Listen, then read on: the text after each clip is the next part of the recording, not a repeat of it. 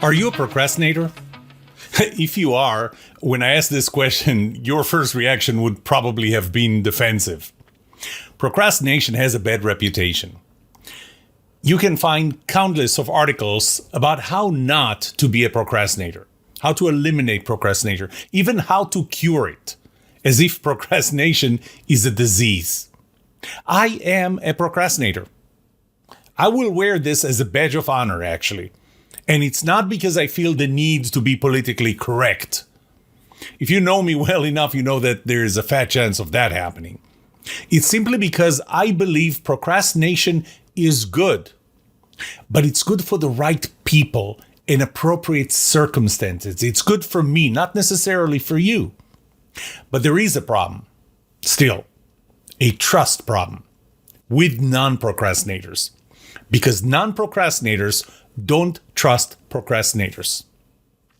In this episode, I will discuss the good and the bad of procrastination, explain why non-procrastinators don't trust procrastinators, but more importantly, I will give you 8 tips that will help you, a procrastinator, be trusted by non-procrastinators. Right after this.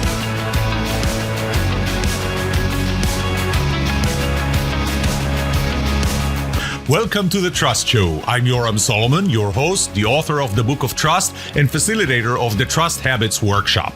My mission is simple. I want to help you form habits that build your trustworthiness, because the answer to this question will have the biggest impact on your personal and professional success or failure.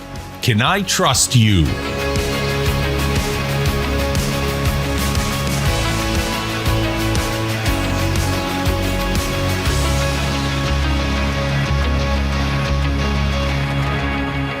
You know, I Googled the word procrastination. Here's what came up. What is procrastination and how can you overcome it? Why you procrastinate, and it doesn't have to do with I'm not sure even what. Procrastination is a scientific guide on how to stop procrastinating, understanding and overcoming procrastination, how to stop procrastinating, why wait, the science behind procrastination, the real reason you're procrastinating, and, not showing that it's a good thing. Everything that I looked at, every article makes procrastination a bad thing. Then I went to Amazon and I looked for books about procrastination. So here it is. Procrastination, what it is, why it's a problem, and what can you do about it. Procrastination, why you do it, what to do about it now. The procrastination cure, I love that one. So that means that procrastination obviously is a disease.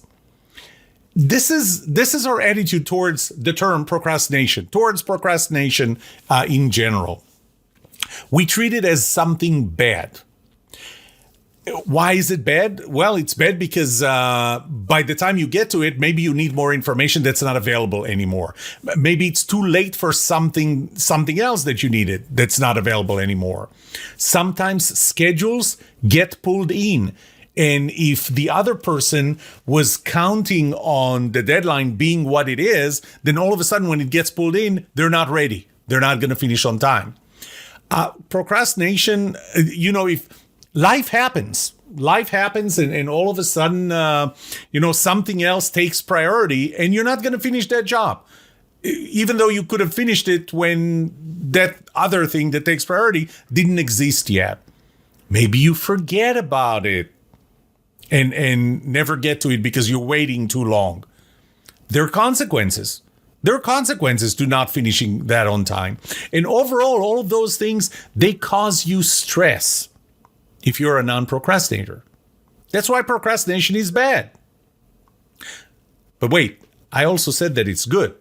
I'm a procrastinator, not because I have a personality flaw, although some people might argue that I do. But I procrastinate because I think it's good, because I got used to it. When I procrastinate, I have an opportunity to generate more ideas. Ideas get to incubate in my head. I find better alternatives simply because I get to think about it more. I get new information that didn't exist when I got the task. I get more people that I can ask and get their advice. because I'm thinking about it longer. I take my time before I execute. Projects get canceled. Sometimes they get pushed out. Schedules get pushed out. Do you want to be the one that finished the project that got canceled? And things change. When you got the project, the environment, the circumstances were certain, or there were certain circumstances that have changed since then. And because I waited, I get to finish the project in light of the new circumstances. By the way, whenever I talk about procrastination and non-procrastination or being good or bad, I give 7 reasons why it's bad, but 8 reasons why it's good. I'm biased that way. So how do you tell? How do you tell if you should procrastinate or not? The first question is, do you stress over schedules? If you do, don't procrastinate. Do you have all the information that you need? Do you expect more ideas? If you don't expect more ideas, if you have all the information and you don't think that new information would come up, that there's no value in procrastinating. What is the probability of a higher priority event taking place and not allowing me to finish on time? Is anyone else relying on my deliverable? If nobody else is relying, and I'm taking the consequences of not finishing on time, that's on me. I don't have to worry. But if somebody else relies on my deliverable, then maybe I need to be more considerate of them.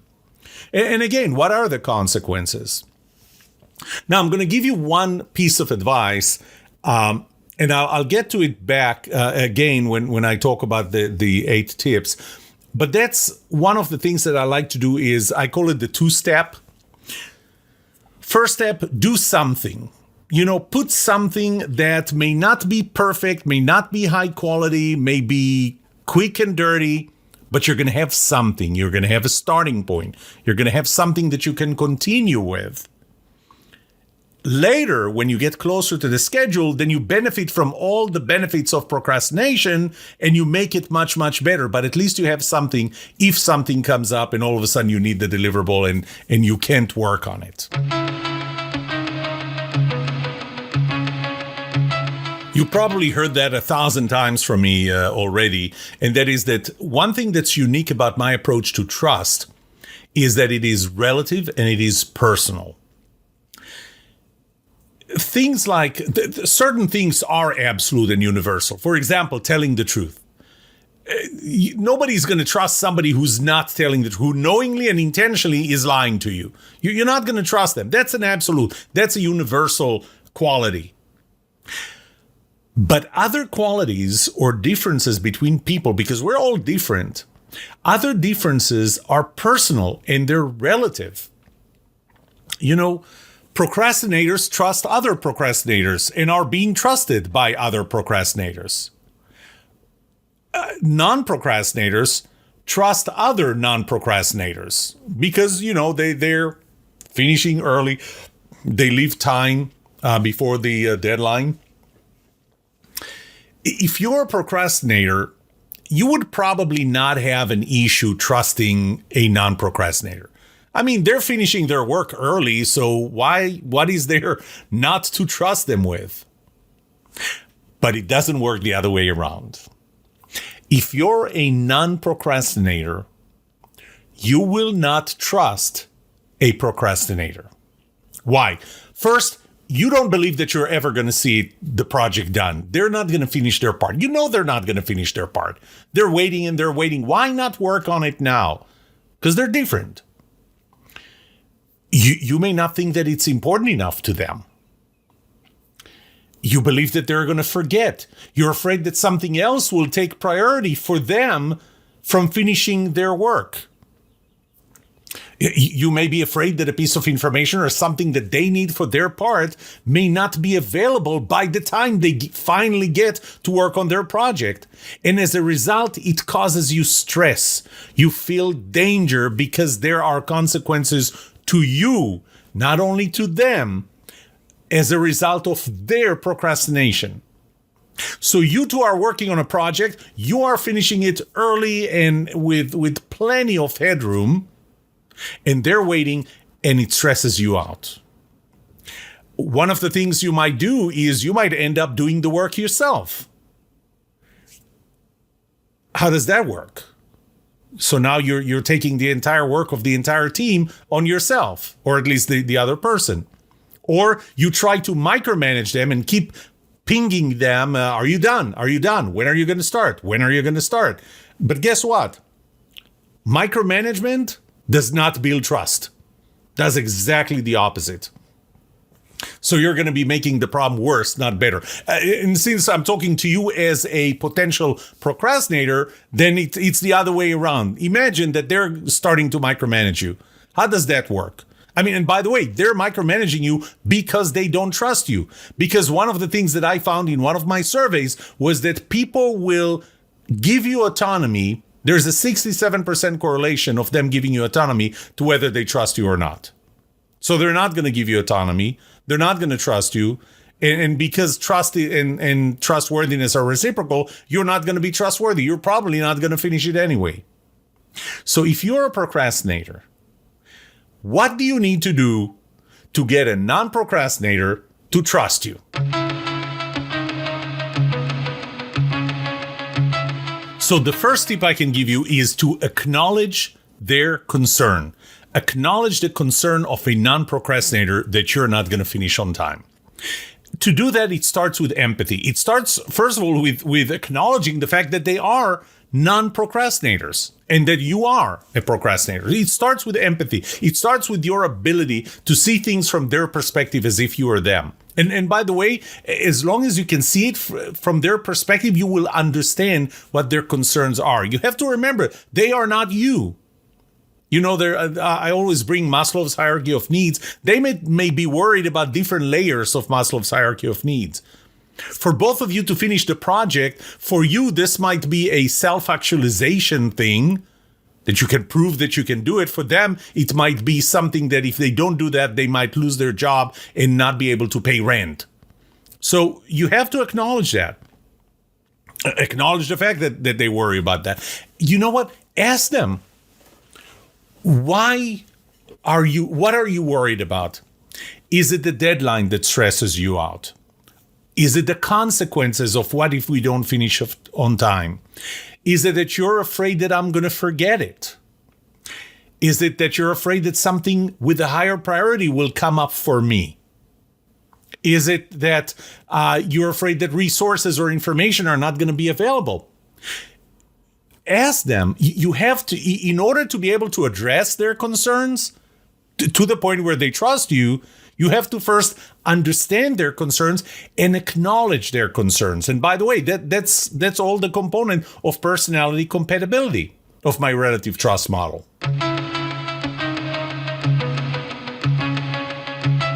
Tip number 2. Make the case to why you are a procrastinator. Explain who you are. Explain that this is your personality. Now, you can't explain that I'm a procrastinator because I don't stress over schedules, because they do. So that doesn't help.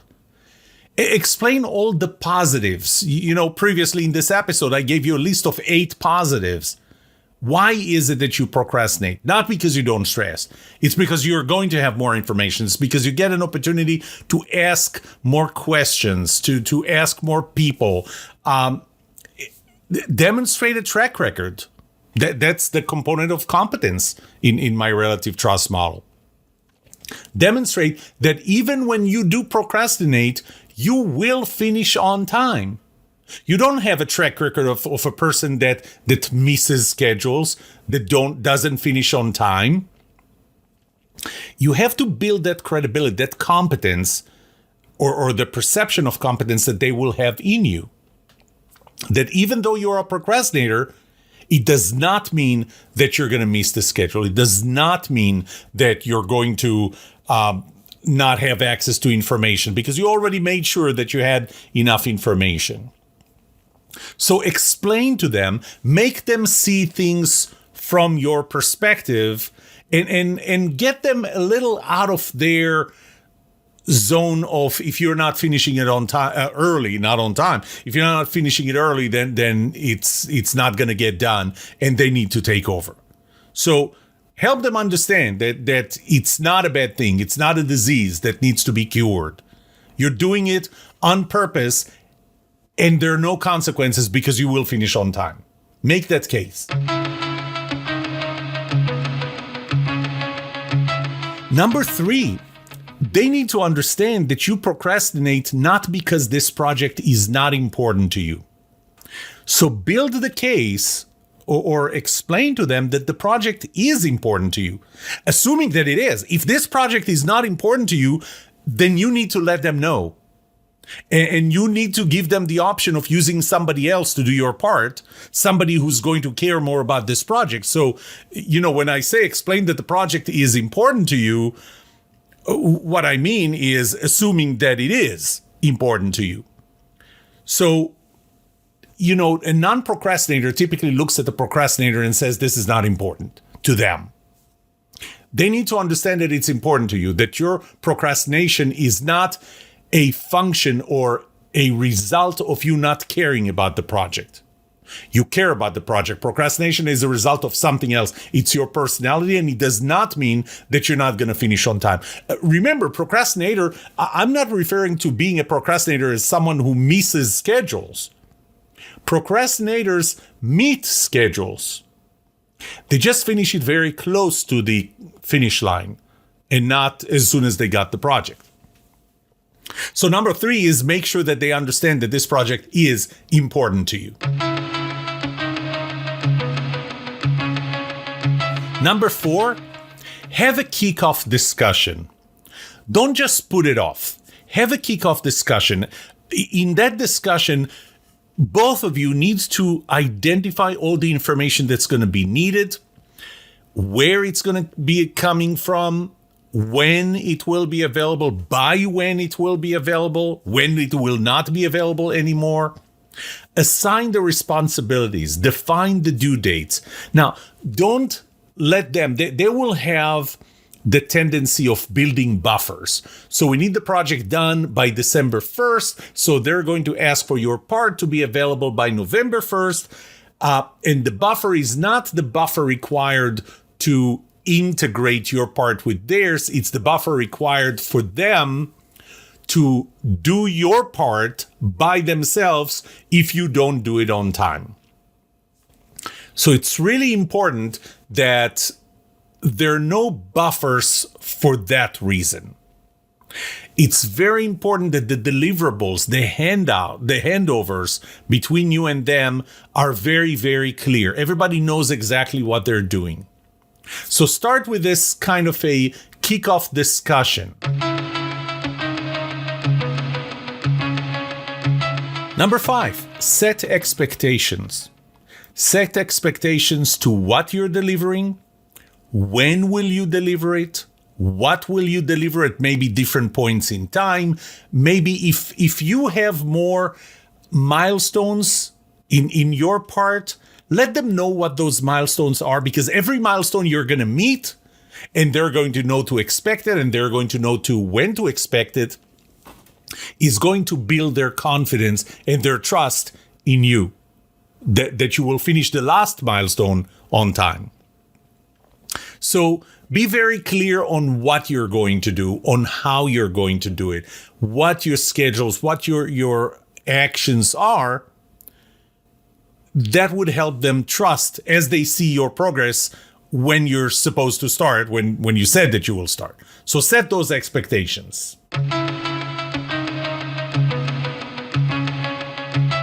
Number 6, remember I told you about the 2-step? Take a first stab at your part. Maybe it's just an outline. If you need to create a presentation for whatever, let's say that you're working on a workshop and they're working on their part, you're working on your part, and you know that you're going to finish it right towards the end. I mean, I'm infamous for that, or notorious for that I typically finish my presentation 20 minutes before I deliver it. And for many reasons, one of which is that it's the last practice run that I do that I make the last changes. And sometimes those changes are big changes. But the fact that you took a first stab of, even if it's just the outline, here are the outlines, the content is not complete and all, obviously not formatted, no graphics, no nothing, but here is the first step. Again, it builds confidence by a non-procrastinator in a procrastinator. So take a first stab as early as you can. Don't spend much time on it. I mean, if it takes as long as it would take to do the final deliverable, there's no point. But typically the first stab is something simple. By the way, taking a first stab helps you as well. Not only that it reduces some of the stress, but it frames for you what the project is going to be like. Because remember, I told you, you're going to get more information. Ideas will incubate in your head, and you get to ask more people and get their advice and their opinions. But you have to start somewhere. And that first stab is really what you're going to start with. I always take a first stab on any presentation a new presentation that I'm preparing, every new book that I write. And I start with an outline, and then I let it sit. I let it incubate. I ask people. I modify it, but I start with something. So there is an advantage. In the context of this episode, the advantage is that a non-procrastinator would feel that you know what you're doing, that they like the direction. It gives them an opportunity to give you feedback. You don't need to incorporate that feedback immediately, but it gives them the opportunity to give you some. So take a first stab, show them that you took a first stab, possibly ask for their opinion or their input on it, but it builds trust. It builds their confidence that you're going to be done on time. By the way, it does two more things. One is to let them know that the quality of your deliverable is going to be satisfactory. So they feel comfortable with that. But the second thing is it allows them to tell you, well, no, that's not what I was hoping you will get. This is not what I think your deliverable needs to be. So it's, one of the things that they may worry about is that by the time we get to the deadline, you deliver something and you haven't gone through the fifth step of setting the expectations well enough, and they get surprised that now maybe even everything needs to be done from the beginning. So take a first step, share it with them, get feedback if necessary, and let them feel better. The non-procrastinators, let them feel better that they're going to get a quality piece of work that is more predictable than not knowing anything.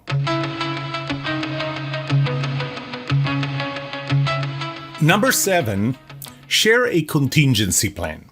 What if something does happen? Remember that one of the downsides of procrastination is that something of higher priority might take over, preventing you from finishing on time or as requested.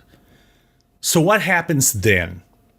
So let them know what the contingency plan is. Maybe the contingency plan is you have somebody working for you and you're going to assign it to them. Maybe the contingency plan is I don't know what. But remember that the non-procrastinator worries that they're not going to get the deliverable that you promised on time and as requested and at high quality. And they're right to worry about that, because things might happen, because schedule might change, might be pulled in. I mean, if it's pushed out, who cares? It's working your benefit, but it might be pulled in. You need to show them that there is a contingency plan, that you're thinking about that. Now, you may not worry about that as much as they do. Try to get a contingency plan that will make them not have to worry about consequences of you missing the schedule because, something has changed. Life happened.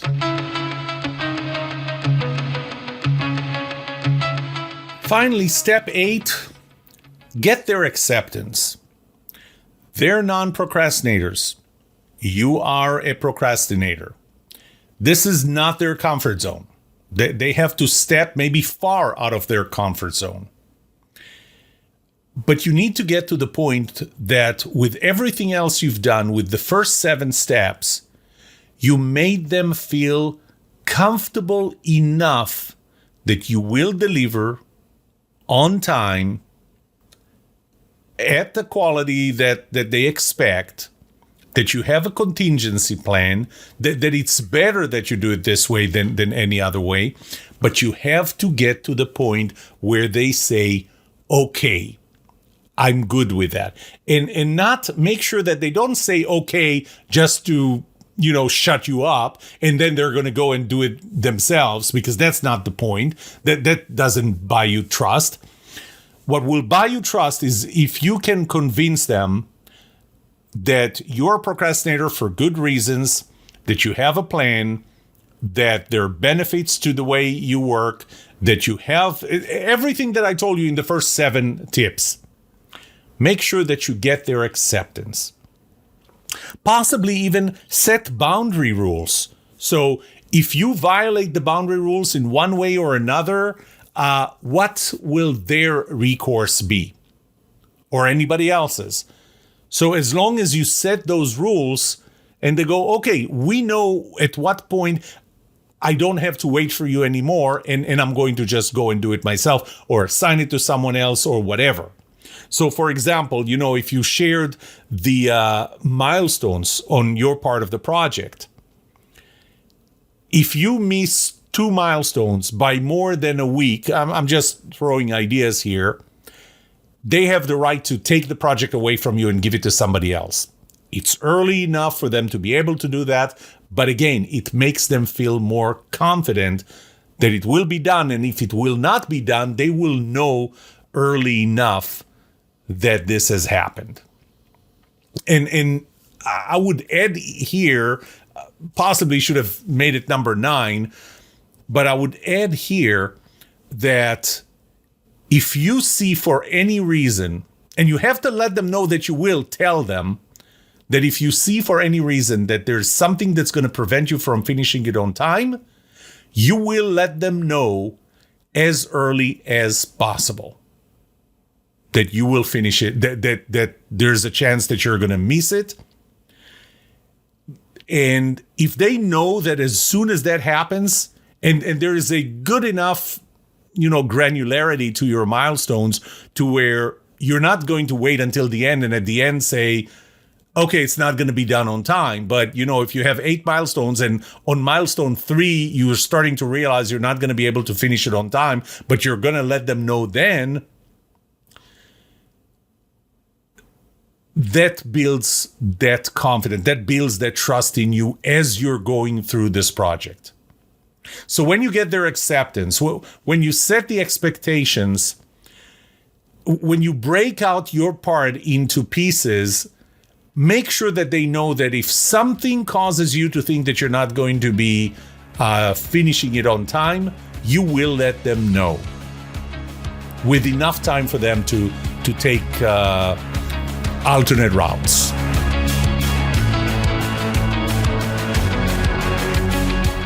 What would you like to know about trust and trustworthiness? Let me know and I'll answer it in a future episode. I would love to hear from you. Email me at yoram@thetrustshow.com. If you like this episode, subscribe to the show so you will automatically get notified when I release a new episode. Rate it. Write a review for this podcast because those ratings help not only you, but also others looking for podcasts just like this. If you're looking for more resources to learn about how to build trust, be trusted, or know who to trust, look up my workshops, online courses, books, or go to my website, trusthabits.com. And remember that the answer to these 2 questions will have the biggest impact on your personal and professional success or failure.